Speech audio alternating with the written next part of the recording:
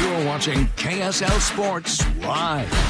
Thanks for staying up with us tonight. We appreciate you. BYU and Utah both moving up in the polls. We'll take a look at what is next for the Utes and Cougars. Yeah, the Major League Baseball postseason has delivered on the drama. 2 more great Division Series games on Sunday. Plus, hey, the Utah Jazz, they join in all this fall fun this week. More sports, the better.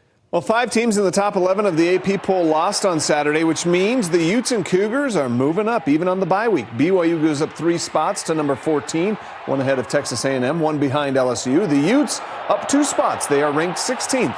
Number 1 Alabama fell to number 7 after losing to Vanderbilt. Iowa State is the highest-ranked Big 12 school at number 11. Texas, Ohio State, and Oregon, 1, 2, 3 in the standing.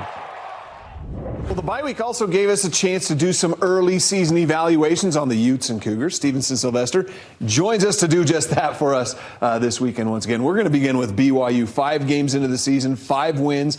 I don't know if anyone predicted that start to the season for the Cougars, but what do you think the Cougars are doing well so far that's gotten them off to this hot start? Well, it's taking advantage of opportunities, and that defense, their defense is playing absolutely amazing. Jay Hill, that coaching staff has got them doing great things, and most importantly, it's the technique. The technique on the defensive side of the ball are creating opportunities. They are +4 in the turnover ratio right now, and it's all because they're honing in on that technique that Jay Hill is preaching, and they're taking advantage of it. Creating turnovers, scoring touchdowns on the defensive side of the ball. When that happens, things usually work out pretty well for your team. But, you know, they're not a perfect team, as we know.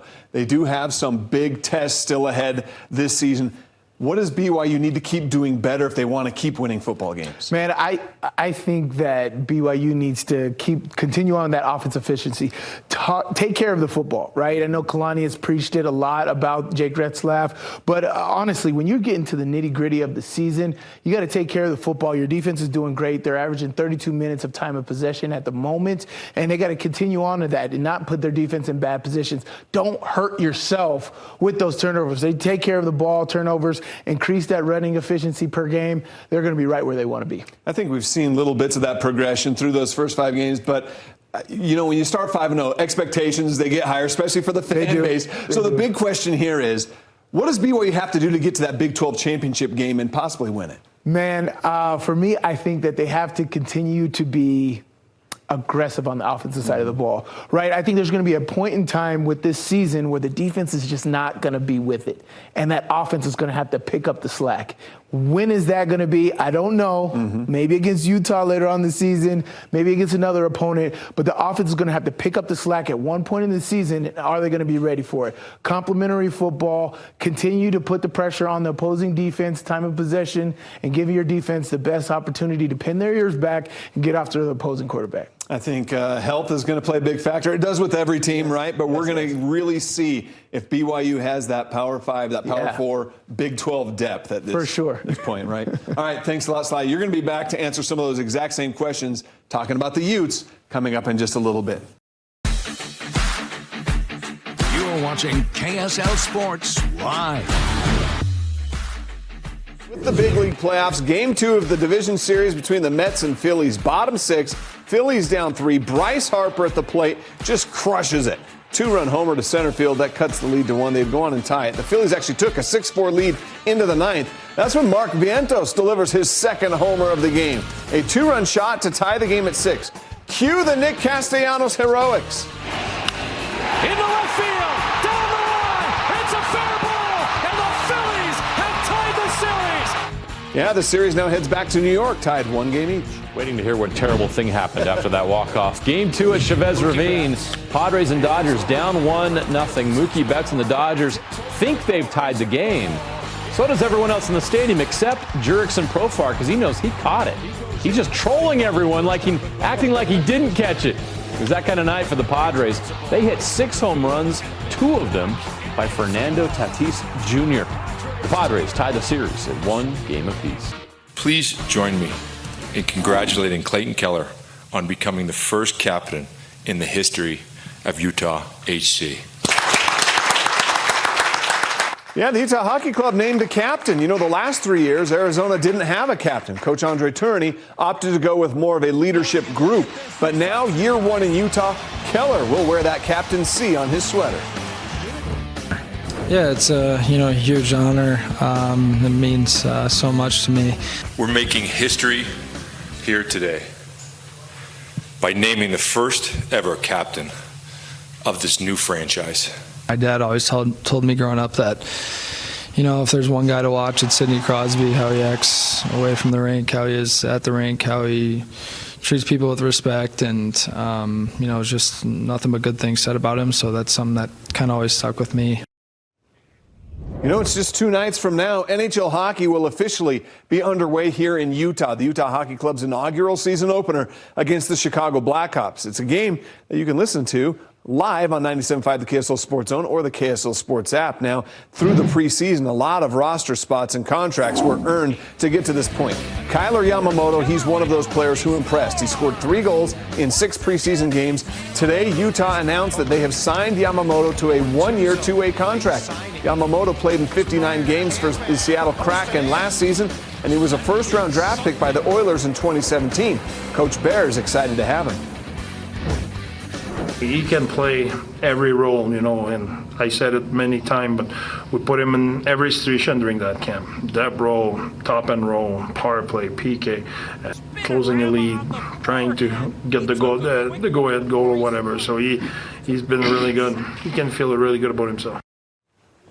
Our Any Hour Services play of the day comes from the ice as well. This is the 24th pick in the first round of the draft by the Utah Hockey Club. Cole Baudouin playing with the Barrie Colts of the Ontario Hockey League, scoring his first goal of the season with this beauty of a one-timer. We love that Ontario Hockey League action. Our real play of the day happened Saturday night at Maverick Center. The Utah Hockey Club hosting the Colorado Avalanche, and this fan takes her prosthetic leg, pours a beer into it, and chugs it on the Jumbotron. Then holds it high like she just won the Stanley Cup. This is the real reason why the NHL wanted a franchise here in Utah. Well, Sly's not going to try to drink anything out of a prosthetic leg right now, but he is going to try to make sense of the Ute season after 5 games. Unless you really want to, we'll bring one out. The only one I'm going to do is out of that Stanley Cup when we're having a parade down Main Street, right? I like how you're thinking. Hockey fan right here. Yes. All right, let's dig into the Ute, Sly. What is it about Utah's start that you really like? What are some of the things you're looking at and saying, okay, Utah's really good here. I'm confident going forward that they're really going to excel in this area. Man, it's the defense, right? You can hang your hat on this defense, right? Morgan Scally, Sharif Shaw, Colton Swan, Lou Powell, Luther Ellis. They're doing an outstanding job of putting these guys in the right position week after week after week. Absolutely love what they're doing. Even the rotation to the injuries we had with Connor O'Toole, Corinne Reed, Kenan Johnson. We've been able to fill those gaps and still play top 20 defense, and I absolutely love where we're at on the defensive side of the ball. Now you look at what hasn't gone so well, and maybe you can look at the fact that they played what is really a light schedule, for being honest. Utah State, Oklahoma State, Baylor. Turns out those teams aren't very good, and teams are blowing them out. Utah struggled to score points against those teams. Does that concern you? Yeah, it's huge. With the personnel that we have, we should be averaging 35, 40 points a game. And the opponents should play too. Yeah, there should be point separation. With your amazing defense, there should be point separation of 30 points a game. We got to be those bullies. You got to have the energy and the understanding. You know what the old saying is, act like you've been there before? Yeah. Utah needs to act like they've been there before at putting points on the board. We haven't had big explosive plays this year. First game of the year last year against Florida, we had a 70-yard bomb. Where are plays like that? Money Parks is on the team. So I'm thinking that we need to have more offensive explosion. There needs to be more offensive fervor on this offense, and I don't see it. And there's going to be a chance to do that in October now. If you look at the schedule, it's not rough. Okay. Utah makes the Big 12 championship game if they do what? Stay healthy? It's the biggest question. I know it's something that everybody says over and over. Get these guys back. If you look at it, right, we're missing core players at core positions. That's messed up a lot of chemistry, a lot of connectivity that we've had through training camp. And these guys are missing prominent time. Cam Rising being the biggest one on the offensive side of the ball. We've hung our hat on what Cam Rising was going to be able to do this year. We haven't seen it. Right? So health for me, the way this conference is built and aligned, I think that we have the ability to take over it and have absolutely no hiccups. We have that type of team. But can we be healthy enough? Can we be consistent enough offensively and defensively and even special teams? We need to pick up some of the slack in special teams. So I think that health is the biggest answer for me to get us into the CFP. So get healthy, get out there, and act like you've been there before by scoring a lot of points and making sure there is no opportunity for your opponent. With a week of rest, we'll see if the Utes can finally become that team we all expected them to be before the season began. Thanks, Sly. I was in the military for like what we talking about? Like he ready for whatever. Like Larry's ready for anything you throw on his plate. This really is the greatest time of the year for sports: high school, college, NFL football, playoff baseball, Utah Hockey Club. Now the Utah Jazz getting in on the fun, winning their preseason opener Friday night. GM Justin Zanuck made it clear this year would be a youth movement, but there's no doubt who the leader is on this roster. Yes, it is time to see what they've got with the 6 draft picks from the past 2 years, but whatever they've got, they want to build it around the foundation that Lauri Markkanen brings to the team. Markkanen signed a beefy 5-year, $238 million contract this offseason, and he did so knowing what the Jazz plans were going to be. You accept it. There's best for the organization, and we obviously got to see what we have, but as a competitors, I don't think there's a player in the NBA that goes in to just being okay with, let's see how it goes. I think everybody's competitive, and when you go out there, you're trying to win, and that's how you really get better. You go out there and compete like we always do and live with the results. You know, there was a window this offseason in which Markkanen's name came up in multiple trade scenarios. Well, the Jazz put any of that speculation to bed really quick with that big contract. Not having to worry about the possibility of being moved before the deadline, well, that changes the way Markkanen will focus on the game. Having 1 year that you know that your name's not going to be in it, so you get to focus on playing and getting better. That's a good feeling for sure. WNBA semifinals. The Liberty could eliminate the defending champion Aces with a win. First quarter, Sabrina Ionescu makes a three-pointer. Second quarter, Kelsey Plum hits the three for the Aces, and that's 41-30 at halftime lead. Ionescu stays hot in the third. And then in the fourth quarter, even more hot. She gets the three off the inbounds pass. 5th three of the night for her. And the Liberty take care of business. They take out the champs. They'll advance to the WNBA final. The 12th ranked women's soccer team in all the land is Utah State. Today they took on New Mexico. 6th minute, Alex Day puts one off the crossbar. Still no score at halftime. But in the 56th minute, after a handball, the penalty kick, it's Ryan Yonaha taking the penalty kick and giving USU the lead. That's all they would need. Utah State gets the 1-0 victory. All right, we have to take a quick break. More football when we come back. Yes, some elite performances from 2 local college players and the Game Night Live highlight reel, plus the top 5 plays of the week are all on the way. Did you see what the Weber State Wildcats did to the 8th-ranked team in the country on Saturday? Quarterback Richie Munoz led the Wildcats in an overtime shootout win on the road against Montana, completed 67.9% of his passes for 364 yards and 6 touchdowns. And check out that passer rating, too. Jacob Sharp and Jaylene Rickord both went for 100-plus and 2 touchdowns. For the season, Munoz has 1,321 yards, 13 touchdowns, and just 1 interception. Great year. Wish Weber State could play Montana every week. Utah State got crushed by the Broncos in Boise Saturday. Ashton Genty with 13 carries for 186 yards and 3 touchdowns in the first half. Created buzz across the country, Heisman buzz. But the Aggies had an offensive player light up the scoreboard as well. Jalen Royals, 9 catches, 211 yards, 2 touchdowns. 211 yards is a new career high. One of those touchdowns went for 75 yards. Royals still putting together an All-American type season. Maddox Madsen from American Fork High and Lehigh High Schools is a starting quarterback for the Broncos, and he had 256 yards passing and 3 scores. All right, let's have some fun and dig into the KSL Sports archives. Turn back the clock 23 years. October 5th, 2001, Lavelle Edwards Stadium. BYU running back Luke Staley single-handedly beating Utah State He ran the ball 23 times for 207 yards rushing and 4 touchdowns. He also caught 4 passes for 44 yards and a touchdown. And he even threw a pass in the game, completing it for an 11-yard gain.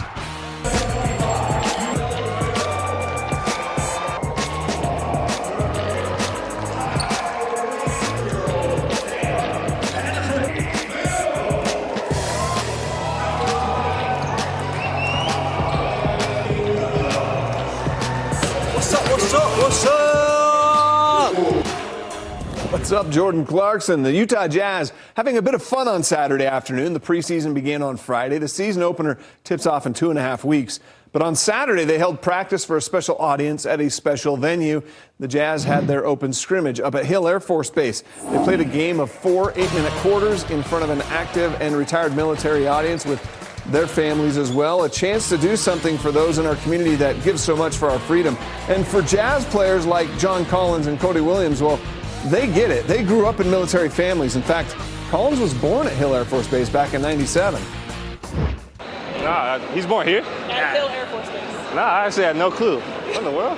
It was very surreal, just funny knowing how life works, knowing that I was born on this base, and obviously to achieve my dream of playing in the NBA and to be here, be back here. I said it's sort of surreal and taking a moment in. Well, I'm kind of used to it. We always, especially with my parents in Arizona, we always go to the military base, bowl, go out to eat, and then obviously come here and play basketball. So for me, it's right up my alley.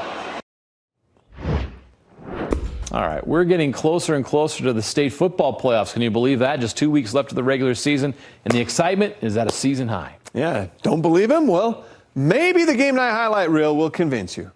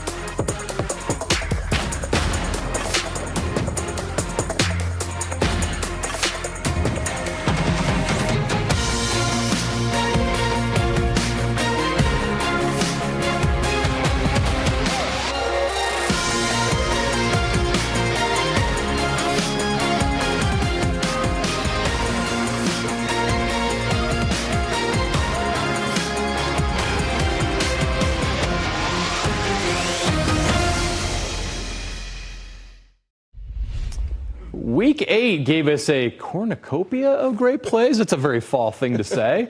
Well, it's time now to count. It's so late, I'll laugh at anything. It's time to count them down. The top Craving 5 candy corn right now. Why is that? Top 5 plays of the week here in the Game Night 5. Let's get going with Candy number corn, 5. by the way, is just absolute trash. Just throw it in the garbage. It doesn't belong on the top 5. All right, this week's list comes from number 5 comes from Roy High School. They had that 101-yard pick six last week. This week they did it again on a 99-yard pick six from Kahakili Eleneke. Yeah, but can they do it 3 weeks in a row? Come on, Roy. We stay at Roy for the number 4 play. Logan Sella, they're hogging all the spots. Roy's dominating this year. He's making tacklers miss. He goes all the way that way. Then he gets greedy. You know what? I'm going to keep running. This young man's tough to bring down.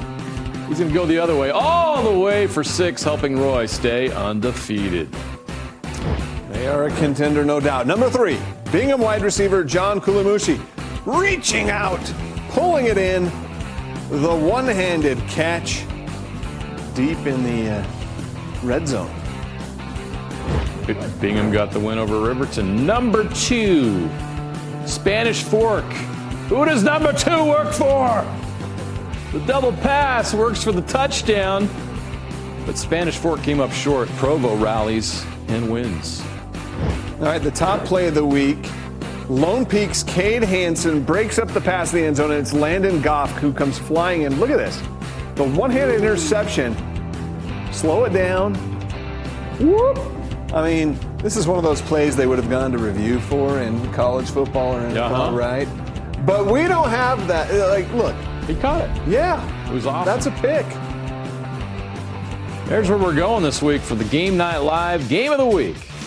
Week 9 of high school football takes us to Riverton. The Silver Wolves will be hosting Mountain Ridge in a border war contest. It's our Game Night Live Game of the Week. I and Sly will bring it to you live on the KSL Sports app, KSL TV app, and KSLSports.com. You can watch it in your living room. Did you know that? That's awesome. Dial it up, baby. All the smart TVs now, you can do that. We'll see you next week.